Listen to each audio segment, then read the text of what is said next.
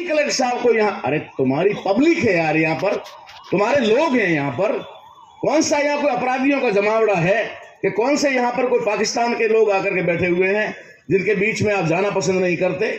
ये सिर्फ हम ईगो समझ रहे थे, कल तक मैं ईगो समझ रहा था, लेकिन आज कलेक्टर ऑफिस जाने के बाद मुझे एकदम साफ हो गया कि कलेक्टर साहब का ईगो जीरो, एसपी साहब का ईगो जीरो। ये ईगो है तो सिर्फ और सिर्फ सरकार का, सरकार ने इनको निर्देश दिया है, इससे आगे तुम्हें कुछ नहीं करना है। वरना इतने सारे लोग वहां गए हैं और उनके अंदर की मानवता इतनी भी नहीं जागी कि जो उनके परिवार के सदस्य आज 3 दिन से 4 दिन से भूखे बैठे हैं, वो भाई उनका वो गेट के ऊपर ज्ञापन लेकर खड़े हैं और लेने तक के लिए उनको शर्म आ रही है।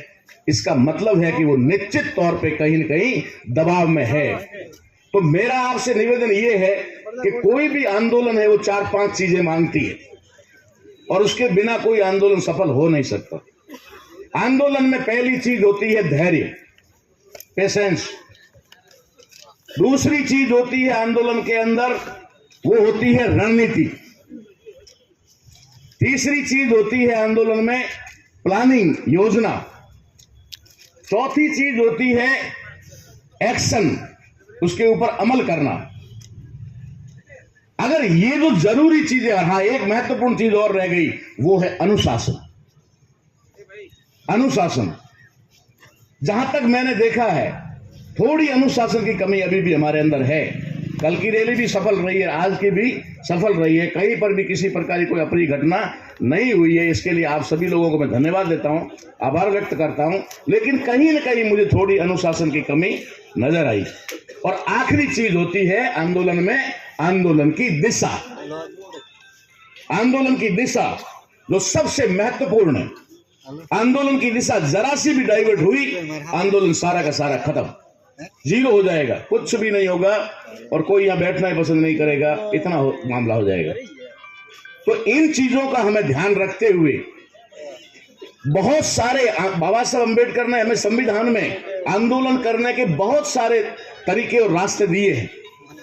कल की बात मैं कह रहा हूं ना आपको, कल अपने सॉरी आज दोपहर की, कि आपके पास परमिशन नहीं है। तहसीलदार साहब का ऊपर फोन आया और क्या कह रहे हैं कि आपके पास परमिशन आपने नहीं ली है।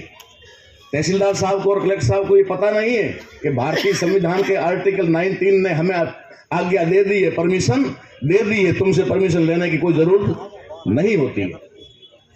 ठीक है, तुम्हें इंफॉर्मेशन दी जाती है कि लॉ एंड ऑर्डर मेंटेन करने के लिए हमारा ये प्रोग्राम या रैली या कोई प्रदर्शन है, उसके अंदर आप अपना फर्ज अदा करें, इससे अलावा नहीं होता। और परमिशन का पूछने वाले खुद कह रहे हैं कि हम 2 बजे 2:15 बजे आपको परमिशन दे रहे हैं। तो देनी थी तो पूछ क्यों रहे थे और मना क्यों कर रहे थे? ये सारी चीजें हैं। तो अब जैसे आंदोलन के रास्ते बहुत सारे आए जैसे देखो, हर आदमी, यहां पर गर्म दल के भी लोग हैं और नरम दल के भी लोग हैं। गर्म दल और नरम दल के लोगों को आपस में तालमेल बना करके रखना पड़ेगा। जरूरत उनकी भी है, जरूरत उनकी भी। ऐसा नहीं है कि उनके बिना काम चल जाएगा। यहां बैठे हुए किसी भी व्यक्ति के बिना काम नहीं चल सकता और हमें और लोगों को भी इसमें जोड़ना है, ऐड करना है। आज ये आंदोलन जो था वो राजस्थान के प्रतिनिधियों के पहुंचने के बाद भी ये जिला स्तरीय था। इस आंदोलन को हमें राज्यव्यापी बनाना पड़ेगा। राज्यव्यापी बनाने का जो तरीका है, वो एक सुझाव हमारे पास बहुत बढ़िया आया। वो सुझाव आया कि हर तहसील या एसडीएम मुख्यालय पर और जिला मुख्यालय पर तो अनिवार्य तौर पर प्रत्येक संगठन जिसके पास में अपनी लेटर हेड है, जिसके पास में, वो वहां पर उसका ज्ञापन दे और उसकी बदसत ना करे, उसकी निंदा करे, उसको न्याय दिलाने की मांग करे। तो उससे एक माहौल बनेगा पूरे राजस्थान के अंदर। फिर क्योंकि ये आंदोलन किसी वर्ग विशेष का या जाति विशेष का नहीं है, ये आंदोलन सर्व समाज का है, ये आंदोलन 56 कौम का है। तो इसकी वजह से ये आंदोलन आपकी जो सही दिशा में जा रहा है, ये आंदोलन, इस आंदोलन को इधर उधर न जाकर के सही दिशा में रखें और इसको एक बड़ा व्यापक आंदोलन बनाएं। लेकिन इसमें विशेष रूप से ध्यान रखें कि इसको संवैधानिक दायरे में रखें। हमें सारी चीजें उसके अंदर है। तो इसमें भूख हड़ताल का भी मामला आता है, भूख हड़ताल भी एक रास्ता है।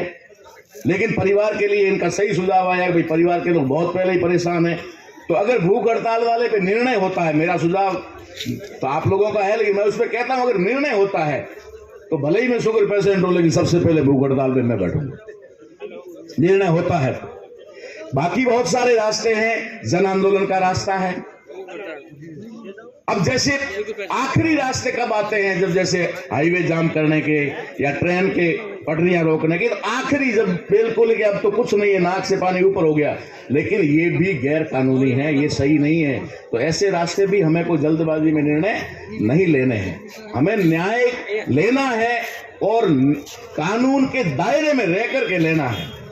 क्योंकि यहाँ जो लोग हैं वो अधिकांश लोग, मैं ऐसा मानता हूं कि कैडराइज लोग हैं, और कैडराइज लोग ही ऐसे आंदोलनों में आते हैं, भीड़ नहीं आती, क्राउड नहीं आता है। तो आप लोग कहीं न कहीं किसी न किसी संगठन से जुड़े हुए हैं, सामाजिक कार्यकर्ता हैं, तब आपके अंदर एक दर्द उठा और दर्द की वजह से आप यहाँ आए। तो मेरी तरफ से आपको यही सुझाव है, सुझाव के साथ मैंने निर्देश भी दे दिए, जानकारी भी दे दी, लेकिन ये है मेरा अपना सुझाव ये है कि हमें इस धरने को यहीं पर जारी रखना चाहिए और इसके साथ साथ इसे राज्यव्यापी और धीरे से हुआ तो फिर इसको राष्ट्रव्यापी भी बनाना पड़ेगा। क्योंकि ये एक समझ में आ गया है कि कलेक्टर साहब और एसपी साहब को हम भला कहें या बुरा कहें।